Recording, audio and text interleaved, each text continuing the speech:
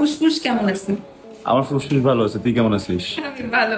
তুমি নাকি মরে যাচ্ছ, ফেসবুকে ঢুকতে পারতেছি না। না, আমি তো নিজেও জানতাম না যে আমি আইসিইউ তে। জানলে হয়তো বা শুটিং গুলো এখন রাখতাম না।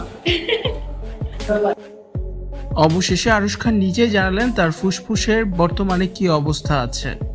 ভিউয়ার্স, পুরো ভিডিওটি দেখে অবশ্যই আপনার মতামতটি জানিয়ে দিন।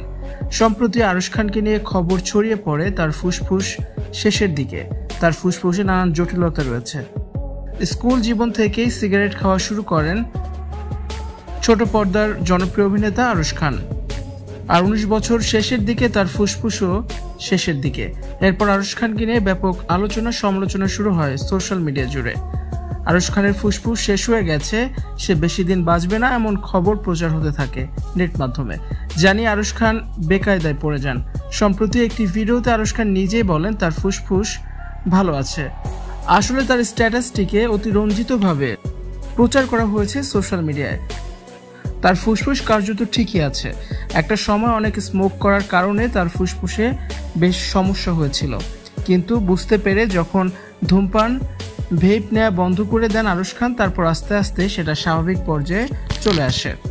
আরুশ খান টেলিভিশনের বেশ জনপ্রিয় মুখ। খুব অল্প সময়ে বেশ জনপ্রিয়তা অর্জন করেছেন এই অভিনেতা। আরুশ খান স্কুল কলেজের ছাত্রদেরকে সতর্ক করতে মূলত তার নিজের অভিজ্ঞতা শেয়ার করেছিলেন, তবে এতে নিজেই পড়েছেন বিপদে। প্রতিদিন সবাই ফোন করে আরুশ খানের শারীরিক অবস্থা জানতে চাচ্ছে, তার ফুসফুসের অবস্থা জানতে চাচ্ছে, জানিয়ে এই নায়ক বেশ বিব্রত। আরুশ খানের মাও ছেলের জন্য কান্নায় ভেঙে পড়েছেন। তাই ভক্তদেরকে আরুশ খান বারবার বলছেন তিনি সুস্থ আছেন, তার ফুসফুসও ভালো আছে। ফুসফুস নষ্ট হলে তো তিনি আর বেঁচে থাকতে পারতেন না। ভিউয়ার্স, বিষয়টি নিয়ে আপনাদের কি মতামত কমেন্টস করে অবশ্যই জানিয়ে দিন, আর ভিডিওটি শেয়ার করার অনুরোধ থাকবে।